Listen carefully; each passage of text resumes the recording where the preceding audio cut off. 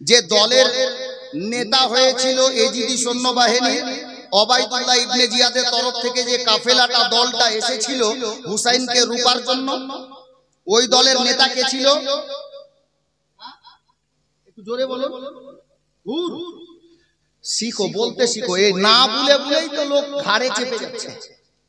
বলতে শিখো। হুর আমার হুসাইনকে কারবালায় নিয়ে গিয়ে নামতে বাধ্য করলো হুর। 22,000 সৈন্য বাহিনীর মধ্যে একটা সৈন্য এজিদি সৈন্য যার নাম হুর।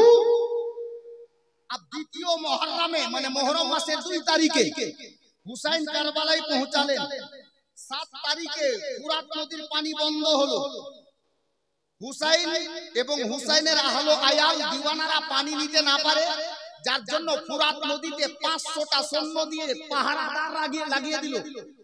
500টা সৈন্য, 72টা লোক পানি নিতে না পারে, যার জন্য 500টা সৈন্য। তাদেরকেও ভয় আছে যে হযরত ইমামে কাসিম 19 বছরের জওয়ান আছে না, যদি এক কাতরা পানি কাসিমের হুলকুমে চলে যায় 22,000 না 22 লক্ষ ফেল হয়ে যাবে। কারণ হযরত ইমামে কাসিমের দেহের মধ্যে হযরত হাসানে মুজতাবার পবিত্র খুন বিরাজমান আছে, মাওলা আলীর পোতা আছে, শেরে খোদার নূরে নজর আছে। হযরত গিরামি আমার ইমাম হুসাইন রাদিয়াল্লাহু তাআলা আনহু আশুরার রাত যখন গত হলো, আমি সামটাচ্ছি কথাকে, সিলসিলার উপকার বলছি ভাই। গোলামে কালিমি যে কোন সিলসিলার আছে, যদি সিলসিলার দরদ আছে কসম খোদার চুপ থাকতে পারবেন না। পয়েন্টটা নোট করিয়েন, দরকার পড়লে আপনি কাল কিতাব খুলে পড়িয়েন, না পারবেন তো ইমাম সাহেবের কাছে মসজিদে গিয়ে বুঝিয়েন। হযরত গিরামি আমি বলতে চাইছি, হুর নামক লোকটা আমার হুসাইনকে কারবালায় নামিয়েছে এনে। এখন এই হুর আছে এজিদি দলের মধ্যে। মুআজ্জাজ মুহতারাম 10ই মুহররম সকাল বেলাতে হুসাইনে পাক সর্বপ্রথমে কারবালার ময়দানে গেলেন। কারবালার ময়দানে দাঁড়িয়ে হুসাইনে পাক খুতবা দিলেন। আমার হুসাইনের বক্তব্য 22,000 সৈন্য এজিদি সৈন্য বাহিনী শুনতেছে। মুআজ্জাজ মুহতারাম তারিখ গওয়া আছে, আজও তারিখে লেখা আছে যে হুর নামক লোকটা 22,000 সৈন্য বাহিনীর মধ্যে একটা সৈন্য এজিদি দলের মধ্যে রয়েছে। সবার চোখে তো পানি ছিল। হযরত ইমামে পাকের বক্তব্য শ্রবণ করে হুরের অন্তর গলে গেল। হযরত ইমাম হুসাইনকে আল্লাহু আকবার এত দিলে জায়গা দিয়ে দিলেন। হযরত হুর আপনার কি করলো?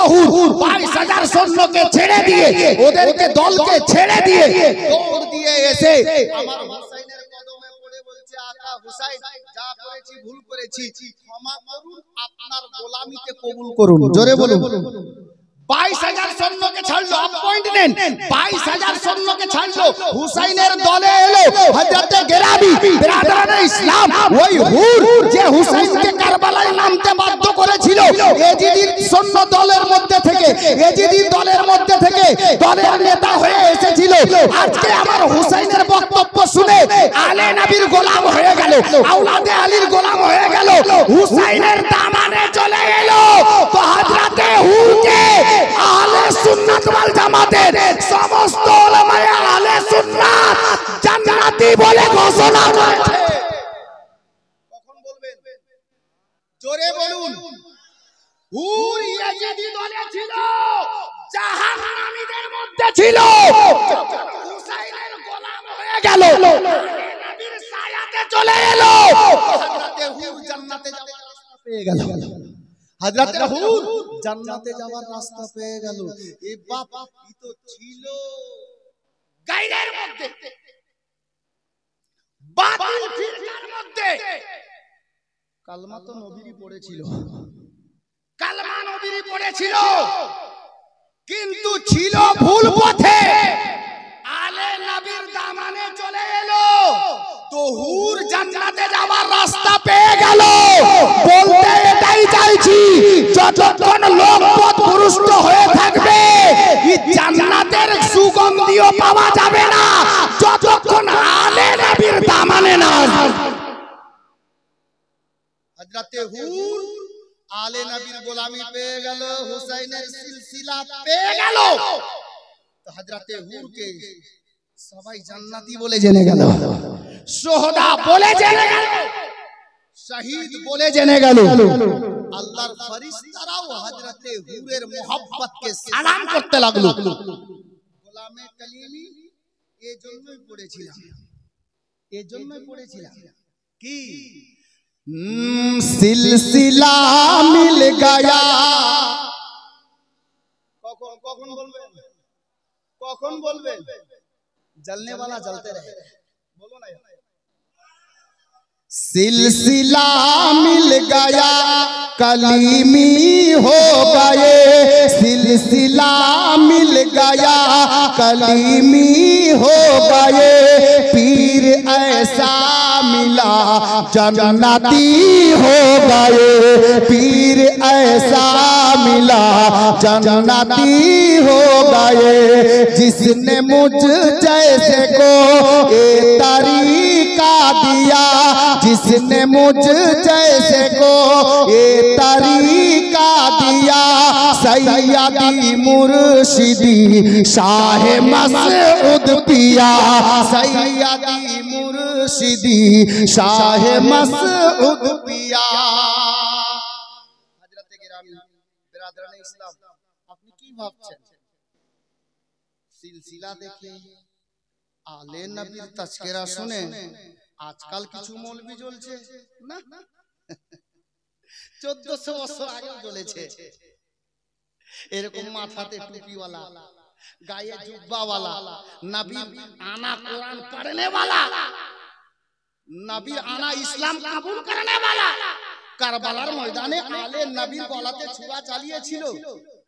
কোন আপনার কি বলে বেধর্মী নয়, নবীর কালমা পড়নে वाला মুসলমানই ছিল। আর কারবালার ময়দানে হুসাইনের বিপক্ষে, আলে নবীর বিপক্ষে। আজ যেমন আলে নবীর বিপক্ষে কিছু টুপি দাড়িওয়ালা আছে, সেই দিনও ছিল। জি, কারবালার ময়দানে আলে নবীর দুশমন ছিল, নবীর কালমা পড়নে वाला ছিল, হাফিজও ছিল, কারিও ছিল, মৌলভিও ছিল। জি, তারিখ তুলে দেখেন। হযরত গিরামি তো আলে নবীর সঙ্গে মোহাব্বত করুন, হযরতে হুরের সুন্নাত আদায় হবে, আপনাকেও লোক জান্নাতি বলে জানবে। জোরে বলুন সুবহানাল্লাহ। কিন্তু নামাজ রোজা ছেড়ে নয়, নামাজ রোজা ছেড়ে নয়। আপনি যদি বলেন যে আলে নবীর সঙ্গে মোহাব্বত করে নিলাম আর নামাজ পড়ব না, না, আপনি ভুল জায়গায় আছেন, ভুল জায়গায় আছেন, সম্পূর্ণ রূপে ভুল জায়গায় আছেন। জি, আলে নবীকে দেখেন কারবালার ময়দানে তলোয়ারের নিচে গলা, তবুও আমার নবীর আওলাদ সাজদায় আছেন। জোরে বলুন সুবহানাল্লাহ। হুসাইন ইবনে আলী গলার প্রতি তলোয়ার লেগে আছে গলার উপরে, আমার হুসাইন তখনও সাজদাতে আছেন। সারা জগৎকে এটাই বলে দিচ্ছেন, এই আমার নবীর চাহনে वालाরা, এই আমার নবীর দিওয়ানারা, এই হুসাইনকে ভালোবাসনে वालाরা, হাজারটা মুসিবত চলে আসুক, কেটে যাক না কেন, নামাজ ছাড়িও না, নামাজ ছাড়িও না। আমার নবীর আওলাদ এটাই আমাদেরকে শিক্ষা দিয়ে গেছেন।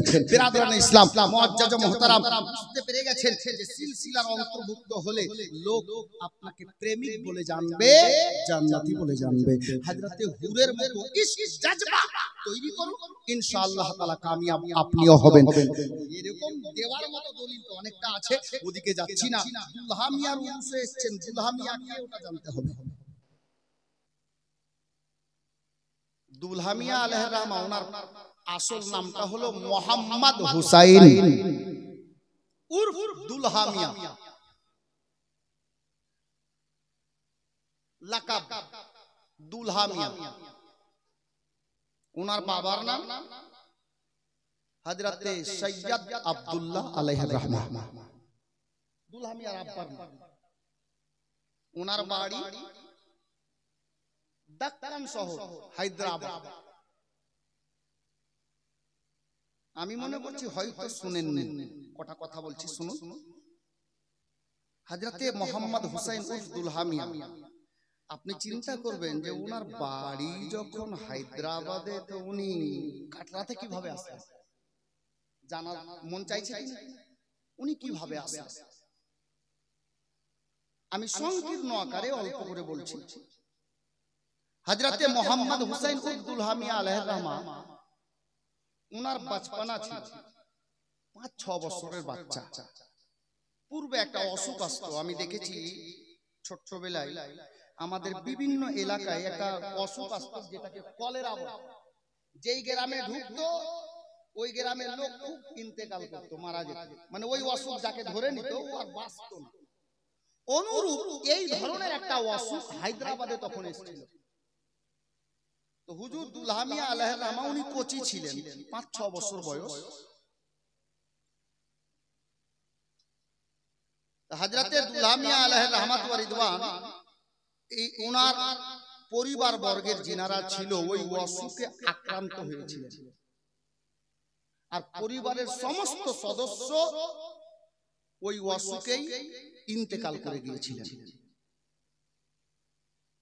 ওনার চাচা যিনারা ছিলেন আর আত্মীয় যিনারা ওখানে ছিলেন, ওনারা ওনাদের বংশগত প্রপার্টি পাকিস্তানে থাকার জন্য ওনারা ওখান থেকে চলে গিয়েছিলেন পাকিস্তান এই অসুখের ভয়। আর হযরতে দুলহা মিয়ার আব্বা আম্মা আরো পরিবারের সদস্য যিনারা ছিলেন ইনারা ওই অসুখে আক্রান্ত হয়ে ইন্তেকাল করলেন, পর্দা করলেন। হুজুর দুলহা মিয়ার শৈশব 5-6 বছর বয়স, উনি একা হয়ে গেলেন, এতিম হয়ে গেলেন। হুজুর দুলহা মিয়া আলাইহির রহমাত ওয়া রিদওয়ানের আব্বা হযরতে সৈয়দ আব্দুল্লাহ আলাইহির রহমাত ওয়া রিদওয়ানের একটা দোস্ত ছিলেন जिनार नाम हजरत मौलाना जहांगीर साहब किबला। হায়দ্রাবাদ শহরের মধ্যেই কোন এক জায়গাতে ওনার বাড়ি ছিল। উনি দেখলেন পরিবারের সবাই তো ইন্তেকাল করে গেছে, যার জন্য ওই মোহাম্মদ হুসাইন দুলহা মিয়াকে উনি নিজের দোস্তের ছেলে হিসাবে, এতিম ছেলেকে, লোকটা বড় দিলদার ছিলেন, আশিক ছিলেন, আলে নবীকে খুব ভালোবাসতেন, যার জন্য উনি কি করলেন, উনি মোহাম্মদ হুসাইন দুলহা মিয়া আলাইহির রহমাত ওয়া রিদওয়ানকে নিজের বাড়িতে নিয়ে চলে গেলেন। দুলহা মিয়ার সামনে যারা উল্টো পাল্টো বলে আমি তাদেরকে বলছি, শোনো, দুলহা মিয়ার রুতবা তুমি কি বুঝবে? হযরতে সাইয়্যিদানা কাসিম আলী কলিমি আলাইহির রহমাত ওয়া রিদওয়ান জিনার পীর ও মুর্শিদ দুলহা মিয়ার পীর, উনি আল্লাহর বরগুজিদা বান্দা আলে নবী আওলাদে আলী। একদিন রাতের বেলায় তাহাজ্জুদ আদায় করার পরে হুজুর কাসিম আলী কলিমি একটু বিশ্রামের জন্য বিছানায় গেছেন। যেমন বিছানায় গেছেন, চোখটা লেগে গেছে, আর চোখ লাগাতেই হুজুর কাসিম আলী কলিমি একটা মিষ্টি স্বপ্ন দেখছেন। বড় अनोखा স্বপ্ন, লাজবাব স্বপ্ন, যার জবাব হবে না। আল্লাহু আকবার! কি স্বপ্ন! হযরতে সরকারে মদিনা সাল্লাল্লাহু তাআলা আলাইহি ওয়াসাল্লাম ওনার স্বপ্নে হাজির হয়ে গেছেন। জোরে বলুন সুবহানাল্লাহ।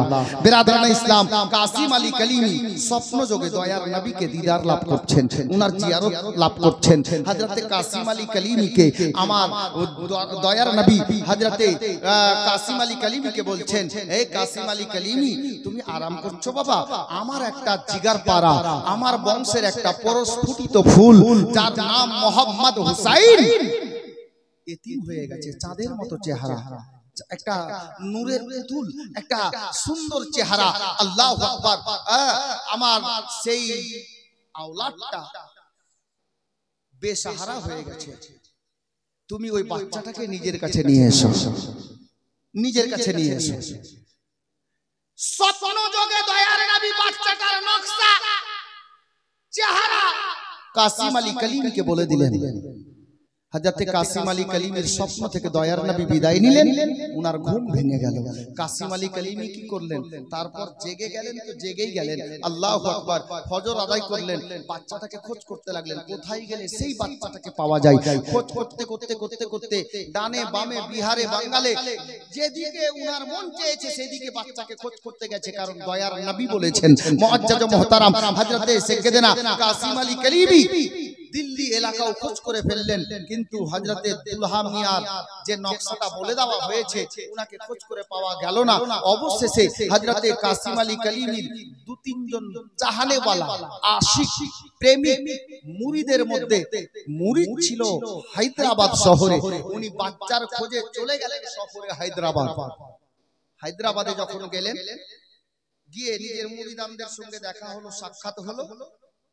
আর এই মাওলানা জাহাঙ্গীর সাহেব উনিও আলে নবীর খুব প্রেমিক ছিলেন, ভক্ত ছিলেন।